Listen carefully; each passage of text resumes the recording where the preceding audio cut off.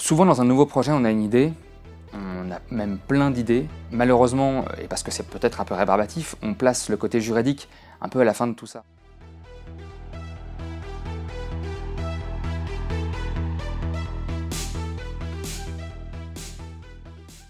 Les médias, pour moi, ça représente une source presque infinie aujourd'hui de culture, d'information.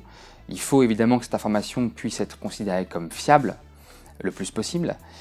Pour ça, il faut évidemment avoir une pluralité de médias. Les médias, pour moi, pour nous aussi dans notre profession, c'est une façon d'appréhender le quotidien. Les médias, ça peut effectivement être une façon de ressentir la société, de sentir ses évolutions, de comprendre ses tensions internes, de voir à quoi aspirent les gens, et ce qui est une source parfois un peu trop immédiate, mais d'inspiration des législateurs qui sont parfois un peu trop dans la réaction plus que dans de l'anticipation. Les médias du futur, alors ça pourrait presque être le média du passé revisité. Je trouve qu'on a une période qui est un peu compliquée aujourd'hui où on parle justement de médias au pluriel, tous ces vecteurs d'information.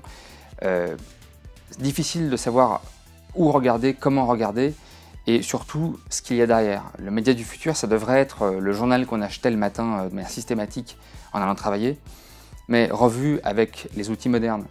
Il faudrait arriver à en refaire un bien de consommation dans le sens noble du terme, qu'on a le réflexe d'acheter, qui soit grâce à ça totalement indépendant de sources de financement externes et qui soit inscrit dans son temps avec des supports nouveaux, des modes de communication nouveaux. Les têtes chercheuses, c'est déjà un très beau projet, c'est un projet humain, c'est un projet qui est intéressant parce que justement il va chercher ce que c'est que ce média du futur. Souvent dans un nouveau projet, on a une idée, on a même plein d'idées, qu'on met les unes à côté des autres, on monte un projet, on fait quelque chose, et malheureusement, et parce que c'est peut-être un peu rébarbatif, on place le côté juridique un peu à la fin de tout ça. Votre idée, elle est géniale, mais juridiquement, il y a quelques petites choses à encadrer qui permettront de pérenniser le projet si c'est encadré en amont, plutôt que si c'est rattrapé un peu dans le futur. Donc mon intérêt, c'était d'essayer d'apporter ça, un éclairage juridique, et de dire, cadrez votre projet en amont, il n'en sera que meilleur.